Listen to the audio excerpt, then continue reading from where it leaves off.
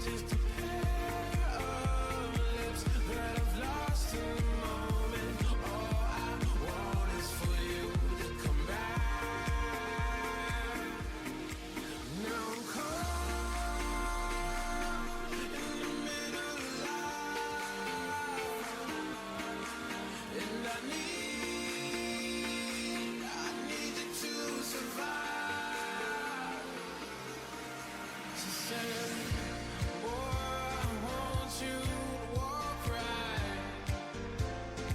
So I can give you one more chance.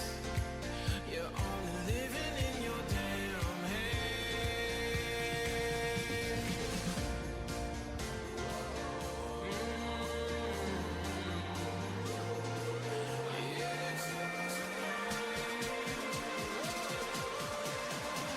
Without you by my side, I can't survive.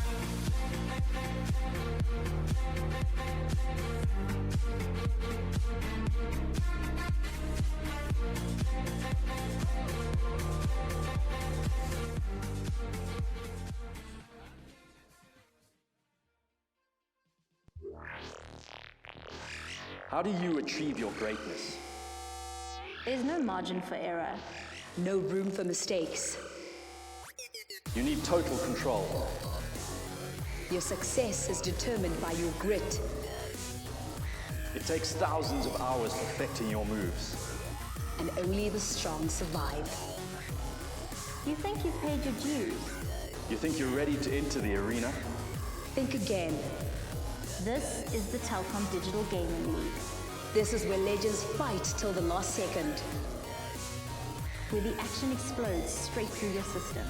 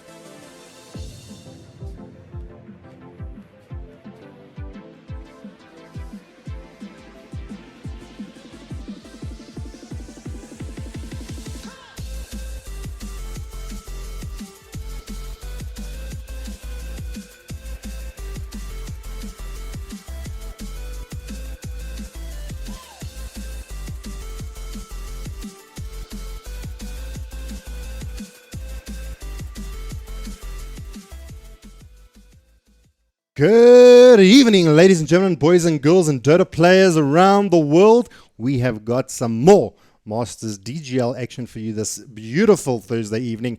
The lightning has come out, the rain has come down. I have suffered massive catastrophes, but nonetheless, we are going to non-stop bring you the action.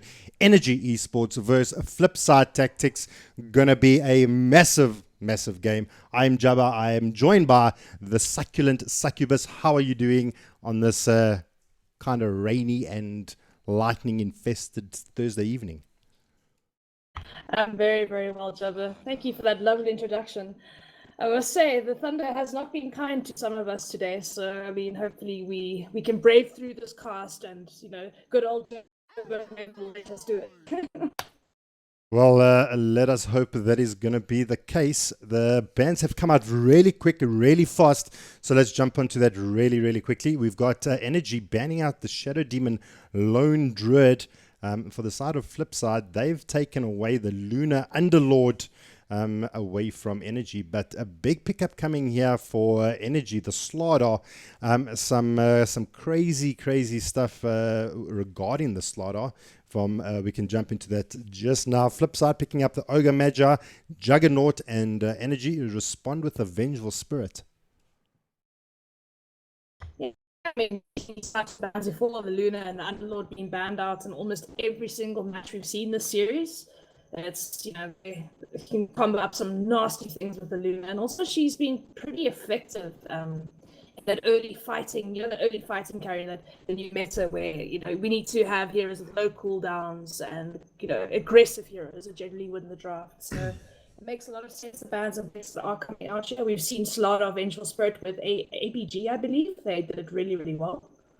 So, yeah, it's Ogre Magi. we haven't really seen him do well. I mean, I believe his win ratio was, 20% or something? He won 1 game out of 4. He's played, and thanks to Sargon, shout out to Sargon at Dota 2. He's given us a couple of stats here. Ogre Magi picked up 5 times, has a win rate of 40%, but a crazy stat, the Slardar, with being picked up the 4 times that was actually able to be picked by the enemy teams, has a 100% success rate. So far, Ian doing really well. And let's not forget Corrosive Haze plus the Terror Wave. I mean, just can you think about the minus armor at this point in time? How crazy that's going to be. It's ridiculous. And if they end up picking that Life Stealer combo with them, it should be pretty devastating. And we saw how effective the Slardar Life Stealer bomb was the last time we passed on Monday with the APG game. Absolutely wrecked the map. So it could be a pretty nasty combo for them to pick up if they so choose. Well, the bans do come out. Let's jump into those really quick. Magnus denying that big RP for the side of Flipside. Sniper being banned. I can really do quite a bit of work with that shrapnel, especially being picked up for the mid laner for the side of F3. Banning out the Witch Doctor and the Disruptor. So, I mean, considering you actually have a silencer on the side of the team, just making sure that he doesn't obviously get stun locked or prevent the silencer from actually getting off his global. So F3 really considering or really emphasizing the fact that they want to be able to get their abilities off, really focus down EN without the harassment from the sides of the supports. But EN picking up the dogs here. Now, this kind of opens up the draft a little bit. This means that Slardar is going to be put into the position 4 and is going to be a solo off-lane dogs here. Yeah, well, it could work. Could also see maybe the Slardar going to the off lane and the dogs going into the jungle. It's a bit easier now, you know, with the ruins and the shrines being there. But we do see Axe come out now, and Axe does a lot of work. And I mean, you get the Ogre Magi and the Axe in lane. It's, you know, it's bully central. It's very hard to become that. He's 2 very tanky heroes, 2 heroes, you know, that can fight relatively early. And I mean, Bloodlust into Spin is always a good thing. Plus, the silencer stops that team initiation. Say Slardar blinks in to set up a Darkseer vacuum wall. Silencer, if he's quick enough on his fingers, he can just, you know, global silence, and they can reinitiate with an Axe Blink call, Juggernaut ulti, and whoever else they decide to give it coming here. But we have seen Venge being played as a core. Do you think it's going to happen this game, Jabba? Well, look, I mean, APG made it work. Adestam playing a wonderful core position, Vengeful Spirit, and APG was able to pull it off. I don't know if Energy has the confidence to actually make that work or to actually get it right. But look, I'm nowhere in the leagues. I don't know if the teams have actually been trying to run it as a core. But just for the... I've only seen APG run Vengeful as a core. So my first instinct is going to actually back off that idea and actually going to be a support Venge. Yeah, and especially now with the Ursa pickup as well, it would be a bit greedy to put the Venge on a core role right now with the Ursa pickup. But I mean, we have some veteran players on the side of Energy Sports now. I mean, some of them coming from Carbon. So, I mean, we have seen some spectacular plays coming up from them in the past that they are pretty versatile with their picks and their roles. So we'll have to see how they want to play this. But looking now at the bans again, we have a disruptor ban. I know someone's going to be very sad to see that happen. You think you know what I'm talking about? Right? I think I do know who you're talking about, and Wilson Triple XL, my boy, shout out to you. One of our fancy disruptor plays we see coming out from him. So not going to be featuring in this game though, but Ursa versus the Axe, I think can really handle his own. The problem is we've got 3 melee for the side of Energy. I mean, we're looking at the side of F3, also kind of heavy on the melee, the melee draft. So Ian identifies that, picks up the Shadow Fiend for mid, and yeah, now... I'm a bit worried about this. I'm a bit sorry to interrupt you there. I'm a bit worried about the Shadow Fiend. He's a very squishy hero, very easy hero to gank early game. If he doesn't get a great start, it's hard for him to catch up in some places. Yes, he can go to the jungle, he can stack some creeps, shadow rays, catch up that way, but it is very susceptible to ganks in the early stages of the game. I mean, you're going to have the Darks here possibly going for that early mech for them to, you know, push in Slardar. blink in stun. Ursa, just completely runs them down. But they can kite an Ursa. It's the only thing that I'm quite worried about, and especially now with this Tinker pickup. Very, very smart pickup. A hero that is extremely annoying to deal with. I mean, he can push out lanes, and if he's played to his full potential, everyone's disconnected. It looks like it is going to be a remake, so we won't stop there. We'll keep you guys entertained as we jump back into the game. We'll just give you a beautiful screen to look at for the moment. But yeah, according to the draft, I mean, we've pretty much seen what is expected and what we can look forward to. I mean, what and who do you think is going to actually, or who has the strongest draft? I mean, we've seen For some... me, Flipside have the more versatile draft. They've got more options. They've got that early game with the axe and the ogre. They've got the late game with the Juggernaut, the Tinker, and the Silencer. I mean, all heroes and Juggernaut, Tinker, Silencer, they do well in the early, mid, and late stages of the game. So for me, Flipside have the more versatile draft, the draft that can accomplish a bit more. So I favor the draft of Flipside at the moment, to be honest. I do like it. The Silencer are probably going to be picking up a Hurricane Park as soon as, or at least the 4-staff in the early parts of the game. The question is, can the Ursa actually get stuff done? Yeah, that's the problem, and especially now with the Tinker pickup. I mean, they can kite this Ursa all day long. He's going to need to pick up that BKB. It's going to be exceptionally hard for him, especially with the Silence ulti as well. It's going to, yes, Chelsea on the SF, there is a natural BKB carrier there. Ursa likes to go for, the pink dagger, that type of thing. Sorry to interrupt, but are you going to join our lobby? It would be I'm already there. You're actually I don't not see the broadcasting channel. Okay, maybe just DC and reconnect. The other players also can't actually see you, so if you can just check that out quickly for us, bless. But in the meantime, yeah, it's beautiful Thursday evening. Got some more Masters actions for you this evening. It's been a bit of a wild one thus far. F3 managing to go 2-0 against their previous enemies, which would have been a Damage Control. They won a 2-0 victory in that series. Ian had to go the full 9 yards in making sure that that they actually won the series. It actually got to a point where it was a 2-1 victory for themselves against a Veneration. So it's going to be super serious to see if things do actually happen that way. Yeah, it will be interesting. Okay, I do see you. There we go. All right, there we go. I'm in. All right. Don't worry, ladies and gents. Succubus has been found. We sent out the search and rescue, and she is now with us. So the game will get going very, very shortly. Not even time wasted. The game and the lobby is started. Well, Jabba. Yes. You had that interesting app that showed you the drafts, right? Yes. What does that app say? That app says that, listen to Jabba, he knows all. No, I'm joking. It doesn't say that, but it should say that. There's the app at the moment. I actually haven't got it open, but it pretty much looks at peaking times of certain heroes, when heroes tend to actually peak, and teams generally want to fight around that kind of phase of the game. Looking at the side of F3, I mean, they've really got late game heroes in terms of the Silencer, in terms of the Tinker. So they really want to get to the point where they can take it to the late game and make it happen. For the other team, I mean, Ursa does get strong as he gets bigger. The problem is, by that stage, you've got teams that have got going to start building up Ginsus, 4-staffs, and it's going to be really difficult for the Ursa to get down his hero. But the game is loaded. And let's go around and do the introductions rather quickly. We've got on the side of the Radiant, we have got Flipside Tactics. And Panda going to be playing our Axe in the mid lane, already walking themselves to the top ruin there. Muzzy going to be playing our Tinker. On the Sticklish, going to be playing our Silencer. Ogre Magi going to be played by Milky. And last but not least, going to be Elite on our Jugger.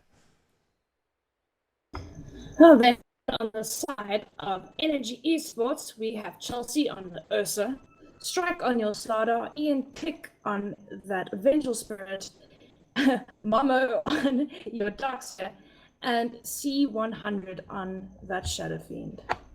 Well, that wraps it up for the side of Energy and Flipside Tactics. We're going to see how things actually develop over here. Kind of deep wards being placed for the side of the die at the moment. Got quite a deep lane ward. I just want to make sure they can obviously spot out rotations. But both teams very confident in actually just giving away bounty runs to either team. Momo actually sitting right under the shrine in case you kind of do get a little bit of a wraparound into that kind of vicinity if my arrows ever do come out the right way. But it's just to kind of protect that bounty run, especially for the SF. Like, for me, the side of Energy, you're going to have to make a lot of things happen. I mean, you're going to need that early blink on that Slardar. You're going to need that early mech on that Darkseer if they're going to make this draft work against the side of Flipside Tactics. Because, like I said before, I think the side of Flipside Tactics have a very versatile draft, and a draft that can accomplish quite a lot early, mid, and late. So I'm just worried about that Ursa getting kited around with 4 staffs, with Ghost Scepter stuff. It doesn't look like they're gonna try and make a move on poor SF mid. They might be able to get the first blood share if they're lucky. Well, they do actually rotate 2 of the supports, and they do. Muzzy picking up the first blood with that beautiful little laser coming out from him. And that is going to be one very, very sad chosen one. The SF is down, and it's so important to actually try and get those Necromasteries up. He actually leveled the Shadow Rays first. Not even putting any points into his Necromastery just yet. And Muzzy putting on a lot of harassment. But over here, they're going to try and spot out X as well. There comes another rotation. And Strike missing out the crush. That could actually be a little bit bigger. And that may actually be the call to actually escape. Strike very cheeky, trying to pick up the last hit there on the camp. And there comes the second crash. Going to catch them, but they actually decide to pull out. So Ian playing a very aggressive game this time around. And, oh no. F3 picked up the kill in the mid, but now Ian trying to get some kind of retaliation for the misbehavior coming out here from F3. I must say that was quite funny to see. It's just okay. I won't die. Let me just quickly get a casual creep and run away. For me, that was quite hilarious. But Cheeky they kind of need to be aggressive. That was very cheeky, but I mean, they got it right. And just put SF mid. I mean, look at the stinker already. Muzzy's already leveling laser here, so it's going to be very hard for him to last hit anything this chance. So he's going to have to use his Shadow Rays to farm out a bit, and he's going to have to watch out for ganks. Like I said before, SF is very susceptible to ganks early game. It's evident. He's not that tanky. He's not all too fast. So we'll have to see. What do you think is the reason here that Energy maybe didn't put the Venge in the middle, just to actually secure him a couple of... or just to help him against Muzzy, just to ensure there's a couple of last creeps. I mean, as soon as that stack start building up, he'll start catching up at around about level 5 to about level 7 until he gets those masteries under his belt and starts hitting a little bit harder. But why don't they stick the Venge in the mid? What do you think Energy's thinking is behind it? Do they just think, chosen one can actually go toe-to-toe? Well, I don't think he can go toe-to-toe. Chosen one, he's proven himself mid, but the only problem with it is that they want to secure this lane for Chelsea, and they can rotate in if they don't have any TPs on their supports yet, but they can rotate in if SF does get ganked, but they need to be quick. Thing is, SF can always go to the jungle, stack some camps, Shadow Rays out a bit if he's struggling that much. He's got a shrine right there as well to his device. So I mean, he can also bottle crow. The courier's been upgraded now as well, very, very early, instantly actually. So, I mean, they are trying to secure his place mid, but I think pushing down a quick tower with this Ursa might be just worth it, and then they can just rotate. But yeah, like I said, they're going to need that fast blink dagger onto that Slardar, and possibly even the Ursa. So maybe Ursa will go for the quick Vladimir's, but it looks like he is going for that, the... how can I say, race car Ursa with the phase boots, and he's going to try and run everyone down. But it does look like they are trying to make this Axe's life living hold. So here we go. Strike is now going onto this Axe, but not going to catch him out. Venge going way beyond the tower there as well. Like I said, they could easily just rotate their supports in if something happens to the SF. Well, we've seen a lot of things in this patch where drafts tend to lean towards the fighting ban, but we're going to lose strike here in the bottom lane. Maybe a huge dive coming out from him, sitting under the tier 1 tower. No idea why he's sitting there. But we see that drafts that really do well are those drafts that love to fight. They really love to fight. And you've got an Axe that loves to fight. You've got the Darkseer that loves to fight. You've got all these heroes that just want to fight with very low cooldowns. And while this is all going on, you've now got a Muzzy Tinker that's now going to be putting pressure continuously on all your lanes. Now, they're going to need to gank him soon, and it does look like that's the idea. There is no current ward there for Muzzy, so I don't think he knows this is going on right now. If they catch him out, this could be a very good kill for the side of Ian and put them back. And there is, if you have a double damage run on that S, it's like they smell something is up, and they do TP in the Ogre Magi to compensate. So we'll have to see what goes down here. Milky does come in. We tend to find, I tend to find that when you get a rotation coming in, the other team has kind of got the same game plan in store. And as that said, here comes Strike on the sidelines. Going to try and see if they can do something. Yeah, Ian turns around, gets the raise off. A laser going to actually stop Strike from coming in. We've got Pluck on the sidelines, trying to see if he can actually get a stun coming out. Not going to happen. And I think that is just going to be a truce for the moment. The 3-day PC treaty. Oh, something on the side's happening. Yeah, Milky's stepping into a little bit of trouble. Moo dropping that iron shell. Oh, he could have actually done quite a bit of damage to both Jugger and to the silencer there, but deciding to actually think better of it, getting himself out of there. And Momo gonna live a little bit longer. There comes that push that we talk about. Marcher Machines level 2 at the moment, doing a chunk of damage to Chosen One, and anything coming out from the side of F3 could actually bring down that SF at the moment. But I mean, the damage coming out from Muzzy, the harassment, is going to be really difficult for SF to deal with that. It really is, and they all decide to maybe they make a nice move. Juggernaut is almost level 6. They could decide to do something with that. Momo needs to kind of back off here. He does have Strike on his side, so we'll have to see. Wait, shame. Sticklish fighting some Slardar illusions in the jungle over there. Yeah. Well, I mean, the Axe, he's sitting 24 last hits against the Ursa, which is sitting 51. The Axe is opposite the Darkseer, actually sitting 30. So Darkseer getting a little bit more out of the lane than what the Axe is getting out at the moment. So far, all in all, things looking pretty in favor of the Radiant at the moment, just because the Slaughter and the Avenge are sitting pretty low with that CS. And I mean, I've seen it in the past that supports that try and roam a little bit too early and don't pick up anything off it actually tend to suffer when it gets to the late game. Does Venge and Slaughter,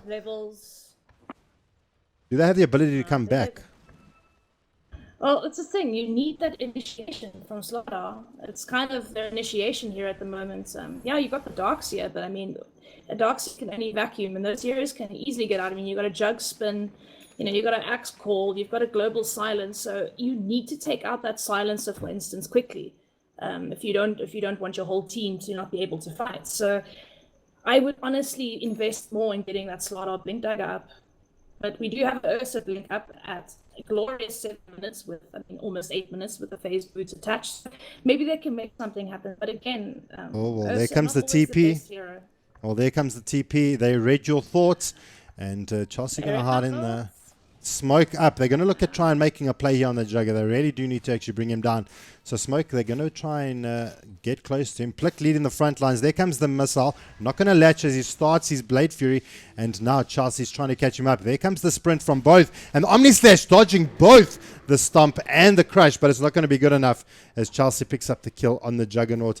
A beautiful attempt at actually dodging a couple of those spells out. But just not being good enough to actually complete that out. Well, unlucky for him, the bounces weren't in his favor. I mean, he could have potentially killed that Ursa if it continued bouncing onto Chelsea, but unfortunately, they did what they're supposed to do in a Juggernaut ulti. They bunched up, so bounces didn't really do much. But they're going straight back in and shining up and trying to get another kill here. Well, the Omni Juggernaut Slash is down. Yeah. Silence is not level 6, so they could potentially take their first tower here. Well, they're going to just reveal Momo at the moment. This is the vision for the side of the Radiant. They don't actually know where they are, but Chelsea now being revealed. So is Pluck.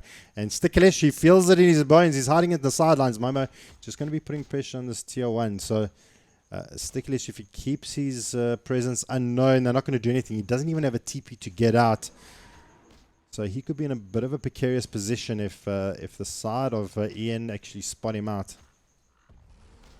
But I think he's pretty safe. They're not actually looking for more.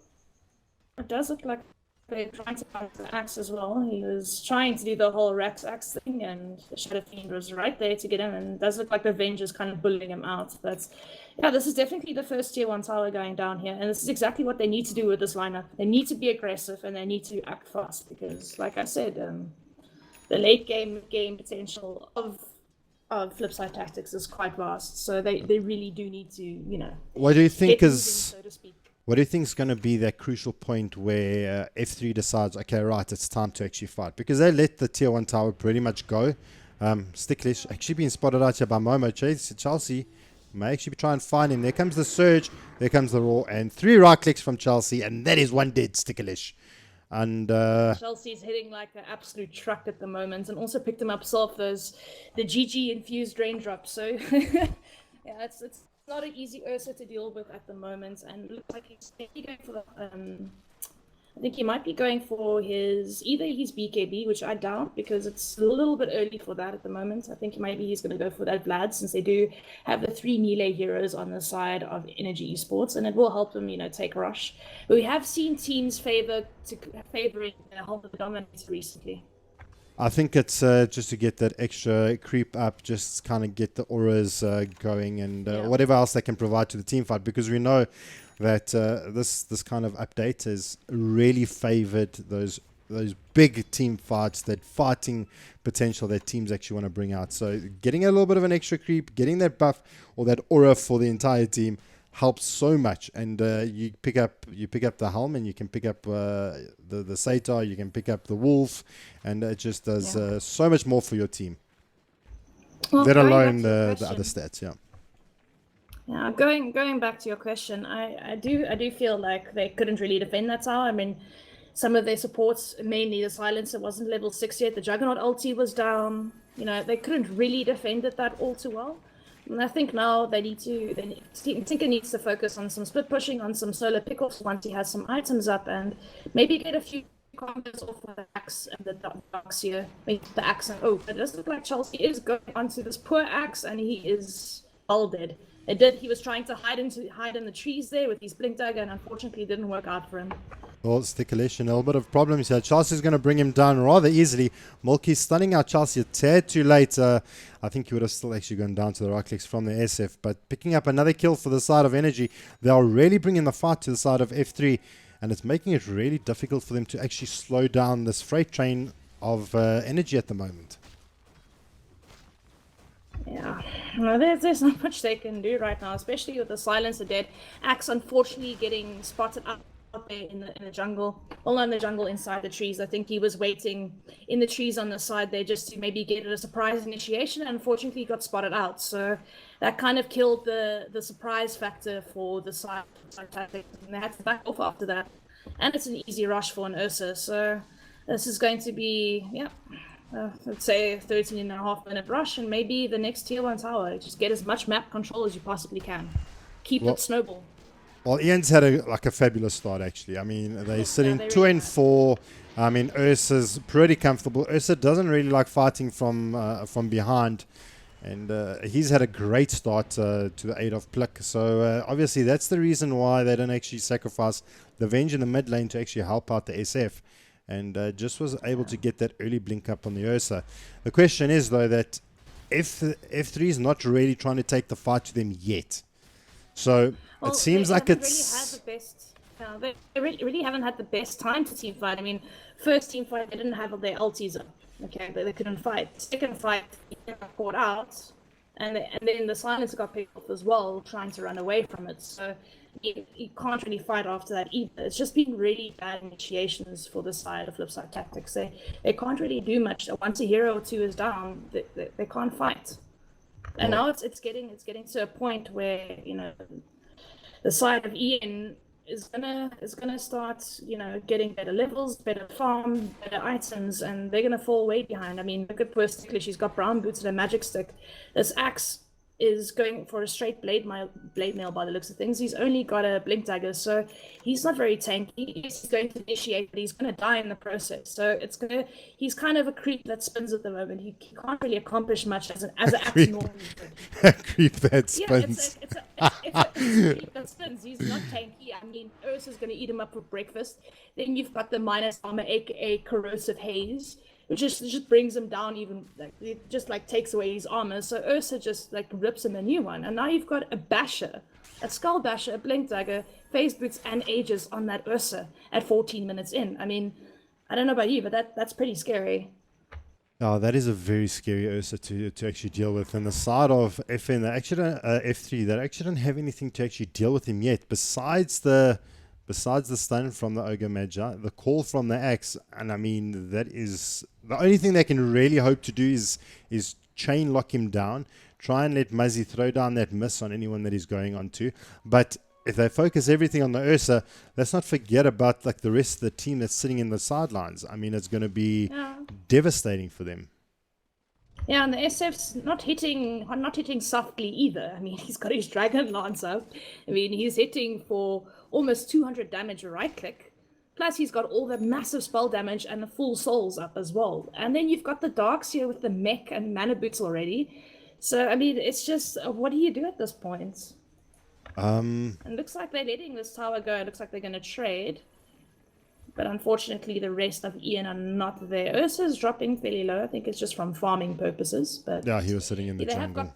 They have got the ages up. So, I mean, they can go in and take that last tier 1 mid. I think they will probably do that in the next 2 minutes or so. Yeah. But I mean, looking at the net worths here, we've got SF sitting on a 7.5 plus minus. We've got Ursa sitting on almost 7.5 as well. Jugger very close behind, maybe around about 400 off that. I mean, the Jugger still hasn't been doing really that bad. The problem is the rest of the team for F3 hasn't been doing that well. The question is, can they get as much done as Energy without farm on, say, their supports? It's a bit of a problem. We still don't have that. Still don't have the items they need. I mean, like I said, Axe is not very tanky. Yes, maybe when he gets his blade mail, he can do a little bit much, but when he initiates, he's going to die. Almost certain he will die when he initiates. But then, what's the follow up after that? You've got a silencer. Yes, he's got his level 6. Now he's not even level 7 yet. At 16, almost 17 minutes in, that's not what you want on your silencer. And then you've got your Ogre. Yes, he can accomplish quite a bit. He can throw some harassment, but I mean, Jug is not really right clicking all too hard right now. He hasn't really got items up to speak of, and I mean, he's sitting on top of the last hit shot, and he is being free farming at the moment. But what is he really going to accomplish right now? He can't do everything. Muzzy is well on his way to some items. Looks like he is going to go for the blink dagger / the ether lens type of build, but all he can really do at the moment is push, maybe throw out some rockets and lasers, march the machines to stop them pushing. So it is a good hero for that. But other than that, right now, they're going to have to sit back and wait and look for someone to make a mistake. Well, it looks like the Ian actually wants to try and make something happen here. We did have the Ursa actually smoked up, and mid lane though, there comes out the big engagement here into Mumu. Does actually surge out, Hex being cursed out. It's going to be enough to actually just hold the side of Ian at bay. Muzzy throwing out those march of machines, just stopping Ian in their wake. And you know what, like in all fairness, the side of F3, they've got I think they've got the utensils to actually make it to the late game. I mean, Tinker, one of the best high ground defenses. I mean, march of machines after march of machines. And it's going to be really difficult. But there comes the big silence swapping here from the Vengeful. Now Elite's blade figuring away. Strike taking a huge chunk of damage. There comes a Requiem from the SF. But in the backlines, Ursa dealing with the axe. Now going to try and deal with the Milky Way of the Ogre Magi by Plick. Going down here to Sticklish. And now Chelsea, the one in trouble. There goes the last word from Sticklish. And they managed to actually get a 3-for-1 trade. All of a sudden, F3 is on the board and tie up the game. How? What did Ian do that got them to that point? Right for them in every sense of the word. I mean, Sticklish was incredibly fast on that silence, on that global silence. So it gave them time to reinitiate and make things happen. I mean, I guess the Axe got the blink call pretty easily enough, and it gave the team the time to come in and do things. And obviously, Muzzy spamming out that laser onto the Ursa, it stopped him from right-clicking the poor Ogre down to, like, Ogre was pretty dead, but luckily mischance happened. So yeah, that was an exceptionally good fight for them. It really was. But what I was going to say, before all of this happened, it's like, okay, this got them back on the game now. But I said they probably needed to kite a bit, play a bit passively. I was going towards that stride, and then all of a sudden, 3 heroes dead, tier 1 tower down. So, I mean, well played to the side of Flipside Tactics. No, absolutely. Oh, here comes the blink call into the SF. Good defensive swap coming out from Plick. And Chosen One, BK being up, but Muzzy getting the kill there on the Vengeful Spirit. That laser doing a chunk of damage. And I mean, Muzzy's going to be one scary SOB as soon as he starts getting those big items out. The Dagon, E-Blade, Sheep. I mean, he's going to be able to pretty much take in one hero completely out of the battle. And I feel that Ursa may have to actually go back and get himself a BKB. He is trying to build that Ags. I actually saw him trying to build Ags earlier. It does look like he's opting to go for that BKB now. We do have a Mithril Hammer in his stash, so we could actually be going. Oh, he finds Muzzy as well. Did he find Muzzy? Oh, he found Muzzy. That's unfortunate. Did he get those incredible RNG bashes? It was a matter of 3 hits, and Muzzy was praying, and we were writing the eulogy for Muzzy in the bot lane. Don't kill me. He was trying really hard to survive, but Chelsea picking up a very valuable kill, one of your high logged kills. But yeah, mid lane going to jump on the Ogre Major, and that's probably going to put an end to the defense here in the mid tower for F3. They're going to have to probably just back off, surrender the tier 1 mid, and move on. Objective taking for this Masters season has been absolutely ridiculous. I mean, we just see teams constantly going after objective after objective. I mean, as soon as you get your tier 2 towers down. Okay, for those of you that are kind of new to Dota and haven't really been paying close attention to the updates, you take out these outer tier 1 towers. Let me press the right button here.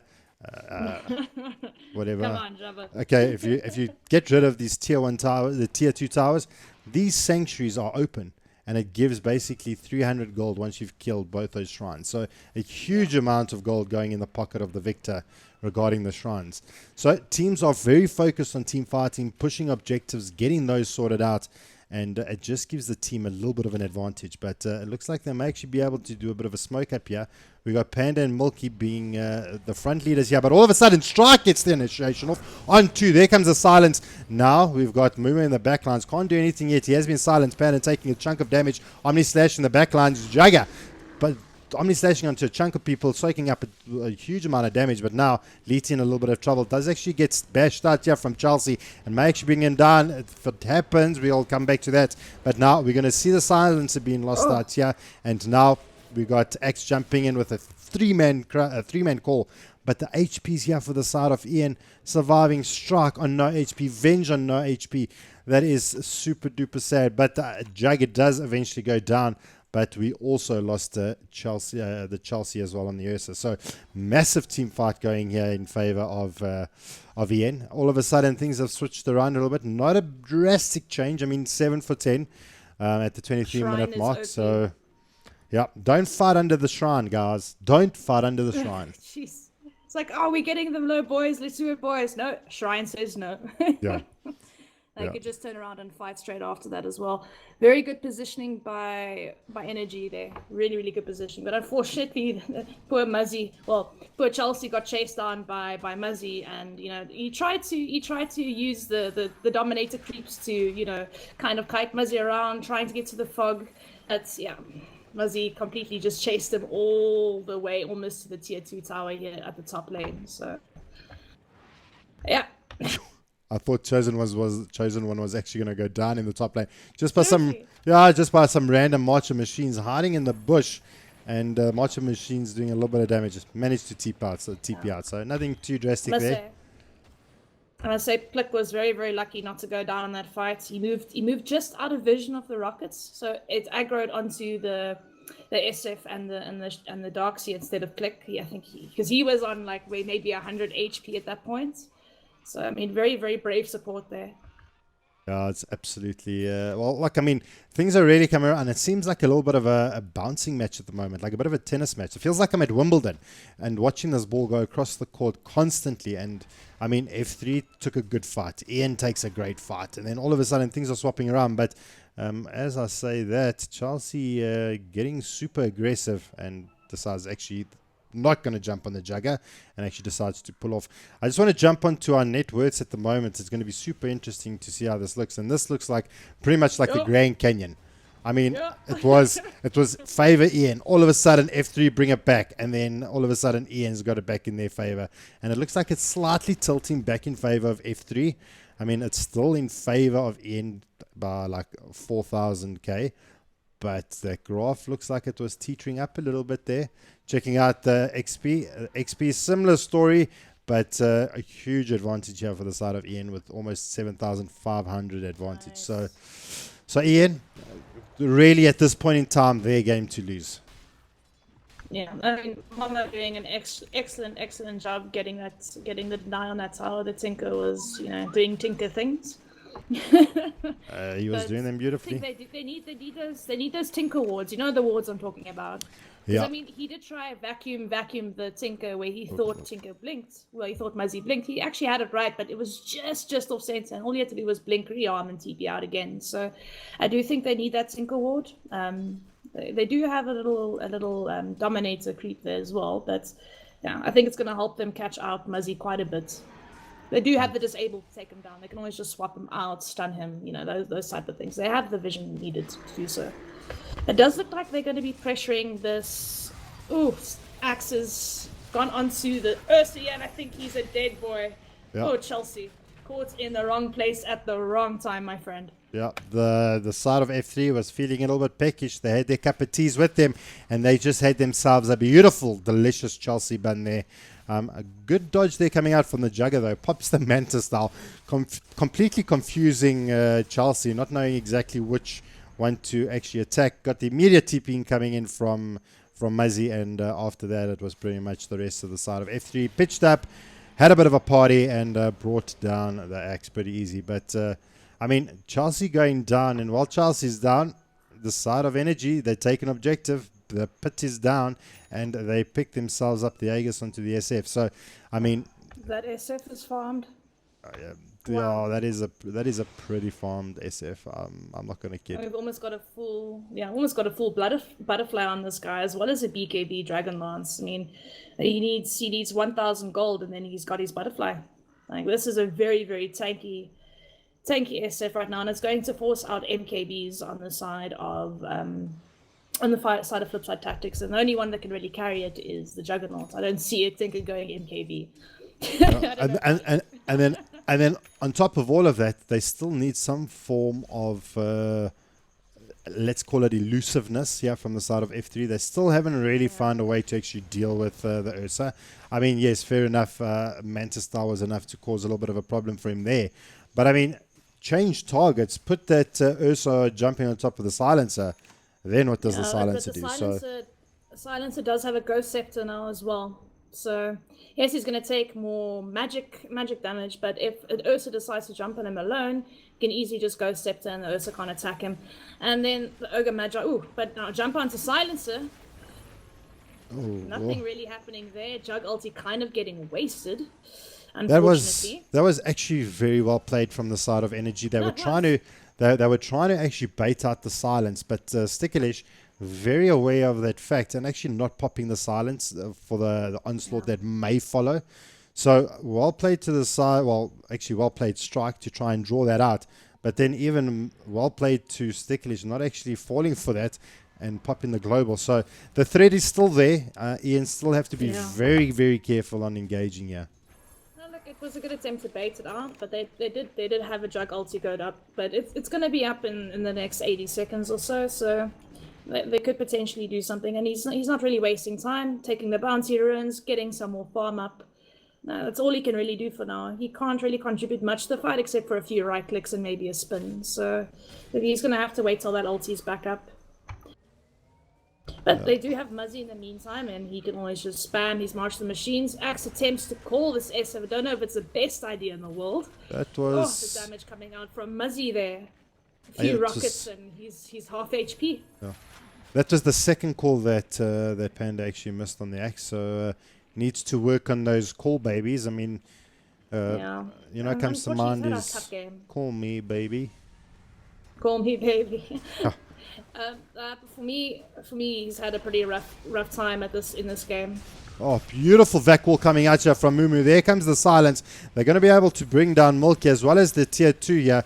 They're going to just clear out the waves, and Energy is going to back off pretty easy.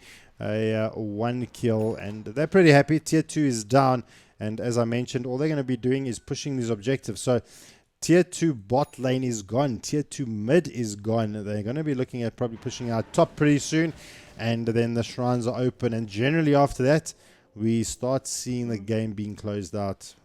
Well, I don't think Chosen One is scared of anything at the moment. I mean, he's got Aegis up, he's got a BKB, he's now got a full butterfly, and it does look like he's going to go for the crit as well now. So he's going to be hitting even more of a truck like. So, I mean, he's already got almost 2,000 gold to his name just after buying that butterfly. He's a very, very farm boy. So it does look like they're going to continue on the pressure while the Aegis is still up and go for the last tier 2 tower and then the shrines. Yeah, F3 is going to have Get to... that map control. They're going to have to mount a brilliant defense here. They do have Muzzy with the March of the Machines. I hear the TP coming in, and they're going to try and see if they can defend this there. Muzzy blinking forward, going to lay down those that March. It's going to hold the side of Ian at bay for the moment. They just need to clear out those creeps. But the Leech is trying to jump down onto the Chosen One, and then decides to actually just spin himself out of there. Just trying to avoid the onslaught here from the side of Ian. Chosen One going to stay in the vicinity, does still have that Aegis, so they've got tools to work with here. Look, Must say, I love their play style at the moment. It reminds me a lot of the bravado that we all loved. Even if they're not taking objectives, they are farming whatever they need to farm, and huge initiation coming out here. Call into wall. There's the blade mail. The side of Ian taking a chunk of damage. They lose strike. They lose the SF for the moment. Aegis is now off the deck. They lose the silencer. Instant bar back, and Chelsea's down. So is the Slaughter. The side of F3 pushing them back. I mean, if aliens decided to attack us, these are the boys that I want defending our world. They just pushed back the impossible, and Ian is out of it. They didn't even manage to get the tier 2. And 3 down for the 1 on the side of F3, and instant buyback coming out from the silencer. So, I mean, they tried to do what they wanted to, and F3 just held them at bay. Yeah, honestly, it maybe a bit of a bad idea. it was a good initiation from the Darks here, but they were right there to follow up. I mean, instant call from the Axe. Sticklish there as well. You know, Muzzy throwing out so much damage, and then Jug ulti being up as well. Like, it was a bad idea for them. The SF was way behind the tier 2, well, in front of the tier 2 tower. It couldn't really get into the fight. So it just ended up badly for them. Like, it's just unfortunate, and they're going to return it and say, hey, we'll take your tier 2 tower instead. And now they can take the shrines, and they go instantly for the first one. And look how fast the shrine is melting. Yep. We actually thought... I honestly thought that it was going to be Ian taking down the shrines first, but I mean, it shows you this is what Dota does to you guys. I mean, for 1 second you think you've got the upper hand, and then before you know it, the other team is busy doing an investigation on your private parts. Investigations on your private parts. What? Well, they just took down the shrine. Yeah, you did. Yeah, okay. You actually did hear that right. I want to take a jump onto the net worth before Succubus gets carried away a little bit over here. Net worth all of a sudden coming back in favor of F3. They were almost sitting at the 10k mark, but now it's bounced back to 5k. So F3 doing some good work here, trying to close that big gap that Ian created so early in the game. Yeah.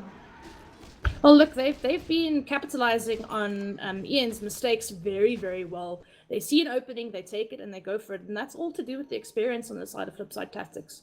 They've got some veteran players on the side, and I mean, yes, you got some veteran players on Ian's side as well, but one thing they have been doing, they were a bit behind in the early stages, getting bullied a bit, and then saw an opening and, you know, go from there. So all you need to do is literally wait for the team to make a mistake and capitalize on it. And they've been doing that exceptionally well, the side of Flipside Tactics.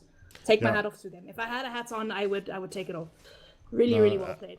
Absolutely. I mean, they're doing so well. I mean, to hold the side of Ian so far back as they have, and I mean, look how confident the side of Ian are at the moment. I mean, they've dropped these deep observer wards over here because they want to be aggressive. They want to get into the face of F3, and it's just not happening. But so has F3 dropped some pretty deep wards here just to check out the rotations that are happening from the side of Energy. And both teams, they both, you know, I wonder what you're thinking at this point in time. I mean, the score is 11 and 12, 35 minutes in, and your captain's saying, right, boys, we've got the advantage. No, they have the advantage. I mean, if you were sitting as in the captain's role, I mean, who do you think actually is fair enough to say that has the advantage? Well, that's the thing. It's kind of hard to say at the moment. I mean, we saw the graphs. We could see We the know. map for ourselves as We well. know. But you being I in don't game, think I don't think either team thinks they have the advantage at the moment, to be honest. do you think it's gotten to the Because- point where Ian actually has to back off a little bit, respect the fact that Well, they are. F3 backing off. actually has huge tools to actually stop whatever Ian yes, throws at them? Yeah, well, now they've got their items up and they can do things at the moment, and it's pretty evident. I mean, I think they need to maybe try get a pick off, maybe onto this Tinker over here, maybe catch him out of position because he's everywhere around the map. Get one of the supports, maybe the Axe farming somewhere where they shouldn't, and they do have those aggressive wards to help them out to see the rotations. Maybe get a ward onto the top lane over there, inside by their shrine, maybe to see some more rotations there. But it does look like they are backing off at the moment, maybe waiting for the next rush to come up and see if they can make something happen with that. But at the moment, I don't think, honestly, if I was sitting on either EN or Flipside, I wouldn't think either of my teams had advantage. Like, you know, being in game, you know, it's always the 50-50. You're like, okay, well, if they take this fight, we're definitely losing this tower. And maybe even a Rax if we don't have buyback. And I think the other side will be thinking the same thing. So, I mean, we do have a big item coming out here now for the side of Energy, and that's the Lotus Orb onto that Slardar. That could be a game changer as well. It can debuff a lot of spells. Just a crazy stat that I'm looking at over here. Muzzy's Tinker won their previous game, coupled up with the silence in the game as well. That game lasted 36 minutes and 25 seconds. This game has gone a little bit past that, so Ian really doing well at keeping F3 at bay, even though Ian had such a magnificent start. And I think it's just due to that amazing start that Ian had that's actually put F3 in a little bit of a slower pace as what they did when they went up against damage control. But Panda mid lane gets the call off onto the Venge and does actually swap him out. He's going to keep himself, he does go down, but Panda looking for more, and the Omnistash coming out from Jugger. They're trying to spin his sweet ass away. I'm trying to chase down Chelsea as well as Milky now for the side of Energy getting caught out again by the Panda. Striker is going to go down in the sidelines. We've got our SF being silenced up, trying to do more, not going to happen. And Panda still got quite a chunk of HP. He's going to try and find more. He does. He finds the chosen one. This will be a big kill if they actually get it. They do. And wow, Energy losing 3 of their players just for the one. Sicklish going down. And wow, Energy are in a little bit of a predicament at the moment. F3 controlling these fights so hard. Yeah, unfortunately, Muzzy does not have that cheap stick up, so he can't really chase down a hero without that much mana. He could have maybe slowed down, if he had the cheap stick, he could have slowed him down and maybe get another kill, but they're going to attempt to go for Axia. Unfortunately, in that fight, Ian's BKBs popped a bit prematurely. Oh! Vacuum. Oh wow, Beautiful. the synergy between these two players. Strike, Momo getting that beautiful blink vac into Crush. Wow. I mean, but the problem is they still couldn't do anything off the back of that though. I mean, beautiful play. Because 2 of their carries are down. 2 of the carries are down without buyback. They can't really defend it without them. Oh, guys, hit the healing ward. Hit the healing ward. Oh. Strike trying to go ham here, but Jugger just mowing down the side here of Ian.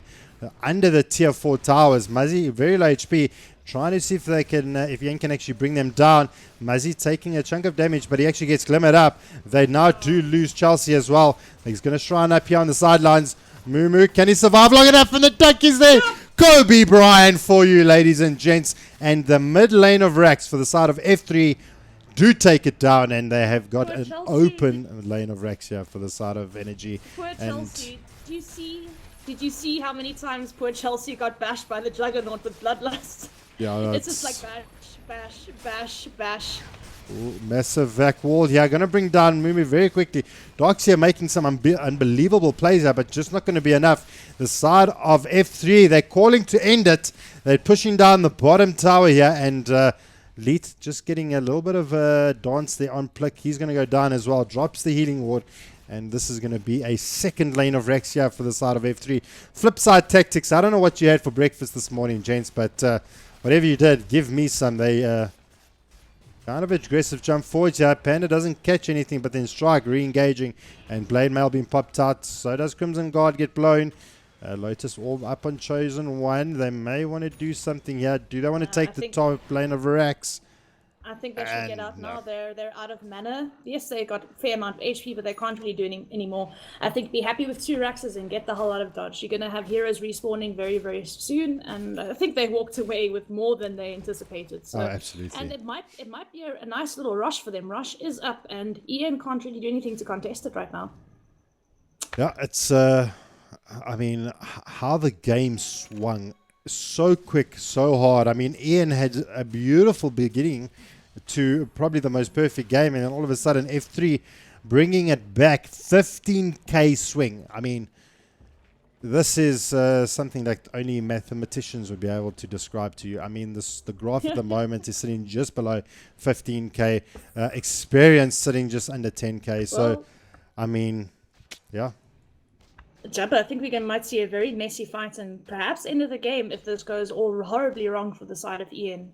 It looks like they might actually want to contest Rush. Both teams are sitting there going, okay. You know, they're both clumping up in every direction. And the Muzzy's starting to do the ratting thing again, but decides not to TP. I think he's going to wait. So, I mean, okay, Ian had a magnificent start. So my quick question is, what went wrong here for the side of Ian? At the mid. The mid, the fight just before they took Rax. Energy Esports popped the BKBs before Global Silence. And you had Chelsea with his BKB, you had Chosen with his BKB, and they just got immediately silenced after that. So they couldn't really do much in retaliation. Because I don't know any of you guys that don't know, if you BKB after Global Silence, it takes away the Global Silence. But if you BKB before, you're completely silenced. It will go through your BKB. So for me, that was a little bit of a misplay there, and it kind of lost them the fight there also. Then, you know, obviously the beautiful synergy, Slaughter and the Darks here trying to stop them from taking Rax, not really being able to, and then just the bloodlust on the Juggernaut. The bloodlust on 1337 just made him bash Chelsea over and over and over and over again. So Chelsea couldn't really do much. He just got kited along, and they didn't capitalize on the rush that they had on the SF. You know, the SF behind the tower. It does look like they are going to try initiate you onto Silence blown. Strike jumped in. Rush is still standing. There comes the Omni Slash. Panda gets a call off, but he's going to be forced off the way again. Going to be forced off the way. Now Milky getting the stun off onto Chelsea. He just can't deal with it. And now Muzzy trying to see if he can bring down the SF. Chosen One gets off the Requiem, but the BKB is going to be good. Muzzy surviving by the skin of his teeth, even popping the Glimmer Cape. And GG has been called. I mean, Ian can't hold this on forever. And GG, well played to the side of Flipside. I mean, they did the impossible. I mean, at one point we were thinking that things are going really, really bad for them. Yeah, well, I said in the beginning, Flipside Tactics for me had the better drafts. If Energy did what they were doing, they played their draft excellently and just fell off. They didn't keep up the snowball. That one fight at the tier 2 top where the whole team wrapped around Flipside Tactics, and then you had And then you had the SF with the Aegis, the BKB, all of that on the other side of the fight. Couldn't get into the fight in time, hasn't got a Blink Dagger, can't just jump in, hasn't got a Shadow Blade, can't sneak in either. So, I mean, that for me, it went wrong there. And then they just lost another fight and another fight and another fight due to, you know, not bad decisions, but it went wrong for them. And especially there in the mid where they popped the BKBs before Global Silence, trying to defend, it's just, everything just went wrong from them from there onwards, I feel. And Flipside Tactics, you know, capitalized on mistakes and did their job really, really well and came back. Yeah, well, they did manage to do it. So F3 taking game 1 of this best of 3 series. We're going to be back very, very shortly with you guys. We're going to keep you entertained with a little bit of an advert, and then we will be... Can I say one thing? Absolutely, you may. Can I say one thing? Go. Slaughter no longer has 100% win rate, boys and girls. It's the first game he's lost. Sargon, I hope you're writing that down, my boy. And thanks again to the stats that he has provided us. Been a great help. So with further ado, we're going to get back into the lobby, and we will be back with you very, very, very shortly. Bye-bye. How do you achieve your greatness? There's no margin for error. No room for mistakes. You need total control. Your success is determined by your grit. It takes thousands of hours perfecting your moves. And only the strong survive. You think you've paid your dues? You think you're ready to enter the arena? Think again. This is the Telkom Digital Gaming League, This is where legends fight till the last second. where the action explodes straight through your system.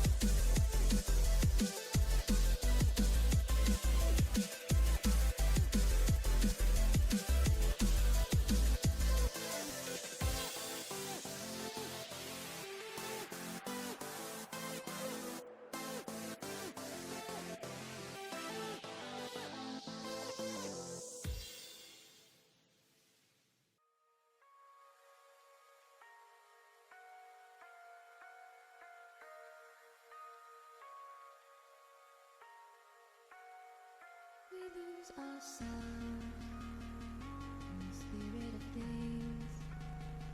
We lose our sight when we put our trust in things of this material world, of things that fade away. Yet we keep coming back, keep coming back, keep coming back, keep coming back, keep coming back, keep coming back, keep coming back, keep coming back, keep coming back, keep coming back, keep coming back.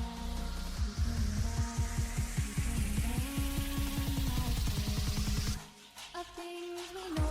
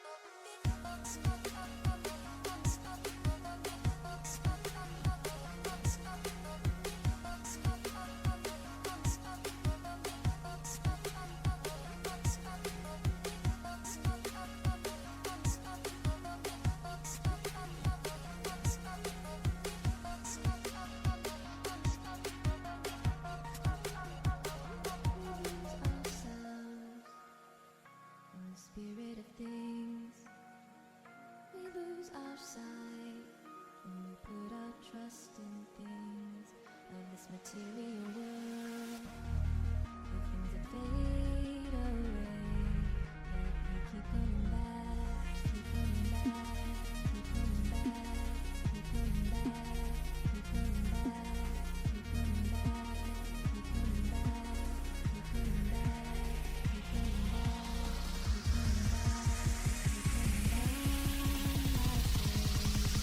Of things we know.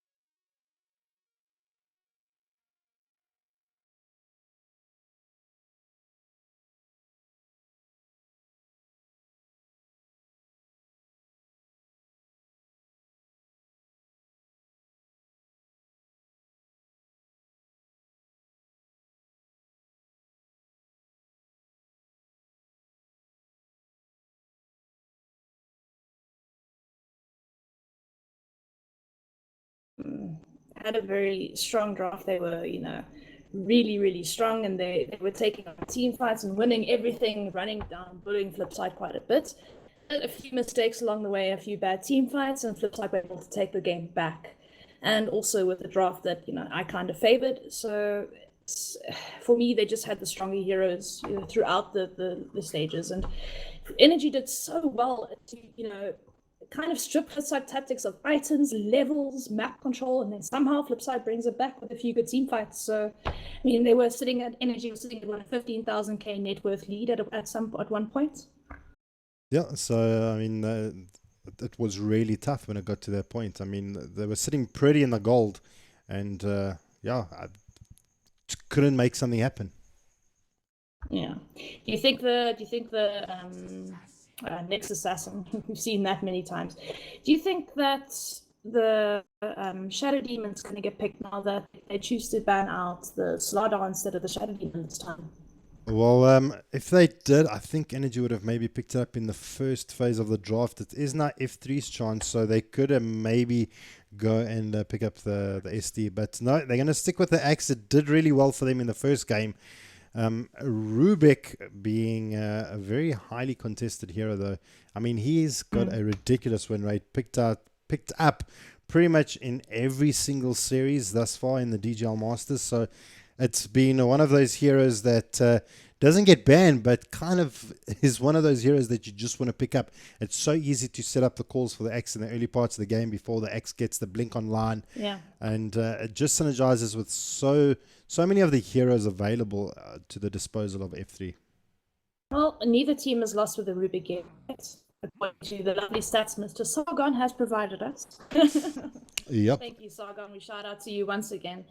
Yeah, but we did say yesterday, or not yesterday, on Monday, that Rubik has been picked, 12, well now it's 15, 14 times. And Yeah. he's only lost about 4 or 5 games. So he's got an exceptionally high win rate in the series. 9 out of 12 games, I believe it was, before Monday happened, that he won. With all the teams have won with Rubik. So it's been a very highly useful and contested hero. I think it's also to do with that he's versatile and he can steal quite a lot. He's good with the telekinesis and he's got decent nuke damage and also does damage reduction to the side's right clicks. So it's a nice hero to have, and especially if you've got a good Rubik. I mean, a lot of maths is involved in playing that thing. Absolutely. So just running through the bans, we are almost done with the bans, so we'll just run through that really quickly. Luna, Lone Druid, Witch Doctor, Invoker banned out here for the side of F3. For the side of Energy, banning out the Slaughter. Didn't do too well in the previous game, but still a very highly banned out hero, as well as the Underlord. I think we've maybe seen the Underlord being played maybe like once or twice. It's been really... It's always banned. I think teams are struggling to actually deal with the Underlord, and it makes it very difficult with the new updates on actually making it work, and scared that their opponents have actually made it work before.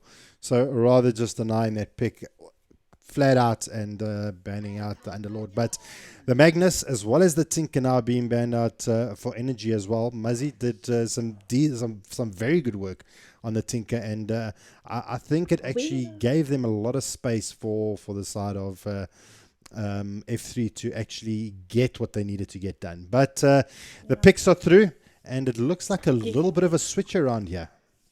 Do you think we might just see a sneaky Storm Spirit pickup since the Life Stealer's on the map and you don't have a Slardar anymore to do the whole Life Stealer Slardar bomb? They don't really have a mid yet, so I think they could opt to go for that, Storm Spirit. Storm Spirit. Something like that. Puck could work as well. They need that vehicle. They need that vehicle for the X. I don't know if Puck and I don't know. Silencer just makes it so difficult to pick up any of those heroes though. Not really, because if a Puck gets onto silence in time, you can immediately silence him anyway, where he can't really do much.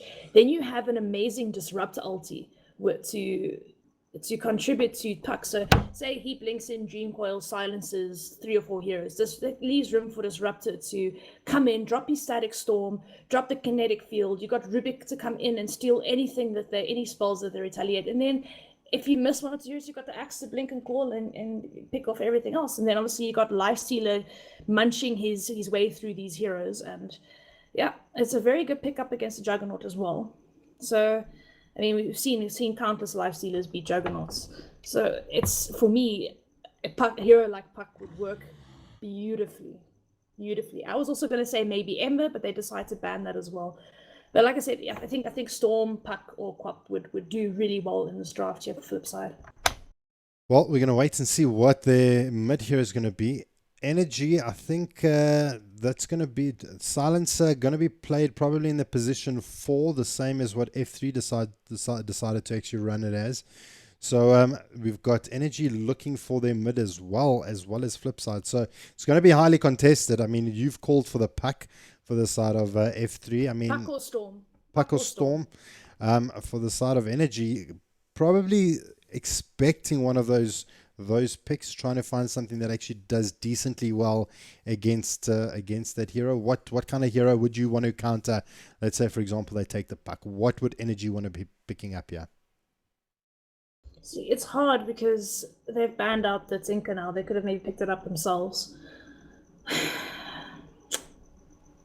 I'm feeling a Storm. It's a hard one. A Sniper. Oh, Sniper, really? Sniper. Wow. Okay. Okay, they're gonna probably rely on the X Blink. They're probably the going to rely on X-Blink, the X Life Stealer Blinks bomb, for the Life Stealer. And So it would glimpse someone who could run away. Sorry, come back here. You're gonna die now. Glimpse OP. Yeah. Sniper is interesting. I can see how it works, but to secure the game, I would have maybe picked up the Storm Spirit or a Puck or something. But it may look like we might have that pick on the side for Energy because it could also work. It could get right, a Storm Spirit could get right onto that Sniper, pick him off very quickly. Same with the Disruptor, same with the Rubik. When I see a Storm Spirit or a Spirit Break or something, I generally pick a Disruptor because you can drop your ulti as you can see them zipping for you if you have the right vision. It can also destroy a Storm Spirit's game early game, since you can zip away, you blink, you glimpse him back, you put him in your silence. There's nothing that you can really do. But yeah, for me, this is a hard choice here, and it's evident. I mean, they're taking their time trying to choose a hero here. Well, I've seen a DK go up against the Sniper. Hasn't done too bad in the lane. He's got that that aura that just adds to his armor, so he can do pretty. You can get in, get the last hits that he needs. It may not be a winning lane for Ian, but it's something that could actually at least farm against the Sniper. So we were all wrong. Yay. We were both wrong, and we're gonna see the lovely lady Phantom Assassin going to be picked up. So I mean, I think it could still be a bit of a sneaky one here. I mean, they've got 3 mid heroes that they could actually choose from here for Energy.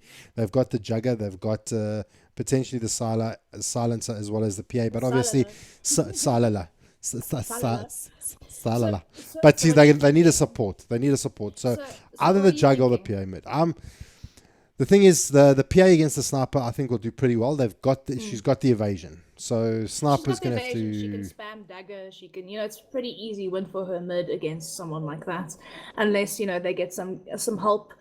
But, I mean, like you said, it's a versatile draft. They could either put the Nyx Assassin off lane, they could put the Jug or the PA off lane, they could put the Silence in mid. They can swap it around so much. But one thing is evident, I do see the Nyx Assassin and the Ogre Magi being the primary supports. I think the Ogre is going to be the one we're running around with brown boots at 14 minutes. And that's it. Right, well, this is going to be game number 2 of our Master DGL's game. It is going to be Energy Esports playing on the side of the Radiant. We've got the Chosen One going to be playing our Juggernaut this time around. We got Chelsea going to be playing our PA. And we got Mumu going to be playing our Ogre Magi. Silencer going to be played by Plick. And last but not least, it's going to be Strike going to be playing our Nyx Assassin. Yeah, it's a pretty rough draft. I mean, I like both sides. I really do. But I don't want to seem like I am biased, but I like the side of Flipside's draft a little bit better again, for some reason. I mean, maybe it's just I like the style of drafting. Maybe it's just the play style that I would normally choose. But yeah, I mean, this time around, they both have very good drafts. They both really do. I maybe would have swapped out the Sniper pick for like a Storm Spirit or something, but we'll have to see how Muzzy fares on his Sniper. Anyway, further ado, we'll be introducing the side of Flipside Tactics. We have Muzzy on the Sniper. We have Panda 737 on that axe yet again. Then we have Sticklish on the lovely Disruptor, but in the meantime, it does look like they're going on to Muzzy here, and this should be an easy first blood for Ian. Yeah, got a big rotation here. They're going to be able to bring him down, and they're still going to be able to pick up this Bounty Rune as well. They're going to be able to pick up their bottom one, and they're probably going to only get 1 Bounty Rune. Yeah. No hope for the poor Sniper there. I'm sorry. He was very dead. Yeah, no, that was... but previously, in the previous game, Mumu actually was sitting around this position over here to try and spot out that rotation. This time around, it didn't happen, and it kind of cost them. Well, I think Panda was more interested in blocking his creeps, but yeah, I suppose, I mean, it's not a good start, but they can always come back.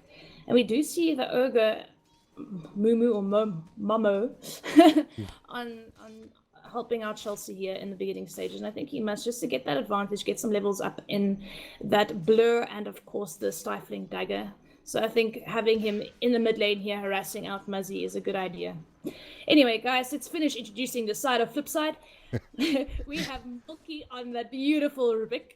And then last but not least, we have 1337 on the Lifestealer. Well, Yeah, that settles it. well, what I'm really worried about here is a life stealer versus a PA. I mean, he's gonna have to now be focusing on trying to get an MKB to try and right click down the PA. I'm not even concerned about the jug at this point in time, but the crits, the physical damage coming out from the side of Ian is actually massive. And life stealers don't like to deal with physical damage. They can deal with magical all day, every day, but physical damage, a little bit more of a different situation here. Yeah, well, one thing Lifestealer is good at is chomping down very tanky heroes for breakfast. So he should be able to deal with the ogre, the PA. If he gets MKB, the PA is going to be, you know, pretty soft for him. Then a bit of a But different he'll story. Ooh, Axe goes down. Axe goes down. It looks like just a bit of a spin, some harassment from the silencer. Already getting his Glaives of Wisdom there. That's an interesting build for support. But yeah, a few right clicks by the looks of things, spin or two, and yeah, Axe goes down. Easy stacks coming out for Pluck. I mean, he's already sitting on 4 stacks at the moment. Panda has actually been cursed up. Not going to be too much of a problem just yet, but Yeah, it does look like with you can see the fight recap that he did call straight after the arcane curse, which obviously if you use your spells you take more damage and it affects you for longer. So I think he just maybe ticked down a bit too much, and then the juggernauts, you know, spin would just finish them off there. looking at the last sets, Lifestealer doing pretty well, and PA being close in contention, but Pluck maybe too aggressive here, may actually suffer with his life. Muzzy throwing down the shrapnel, slowing him out. Thunderstrike not going to do enough, going to shrine it up and just walk it off and almost killing Pluck, but that shrine just too ridiculous. Mid lane though, Muzzy, Chelsea trying to make a play here on Milky, not going to be able to do enough there. Does get telekinesed out and it's going to end there. Muzzy, he's now wants a piece of this, going to try and right click down Chelsea. These boys are contesting the runes like no tomorrow this game, hey? Sticklish is like, you get away, like it's my rune. Might not be my side of the jungle, but it's my rune. Yeah. I mean, once again, beautiful warding coming out here for the side of the Dire. I mean, they got complete vision of what's happening here on Ian's side. Axe almost having a call, does cancel it, tries to call again. Missing out the chosen one, does take down a curse now. They may actually decide to try and chase him down. It's not going to happen. And Panda's just going to walk it off pretty easy here. Disruptor, though, he's looking for something quite interesting. Well, I don't think he can do much. Yes, he can glimpse and Thunderstrike, but he hasn't got levels in that kinetic field just yet. So I think he maybe just needs to get level 3 and then start rotating, because that kinetic field does a lot early game. I mean, if you think about it, it's a 2.6 second disable at level 1, and yes, the delay is quite massive, but I mean, if you got some slow or any form of slow to your name, or a telekinesis or anything like that, they can trap someone for pretty long, and they should have enough damage to take them out. And you do have the level 2 shrapnel on the sniper now as well, so it should be a fairly easy pick off. But I don't think he can do much without his kinetic field right now. Whoa, Chelsea stepping right into that one. Sticklish is possibly going to go down here if he's not careful. One more dagger should finish him off, and he's going to die to, I believe. Oh, no, beautiful okay, solving. He's got to solve. Beautiful solving. Just at the nick of time.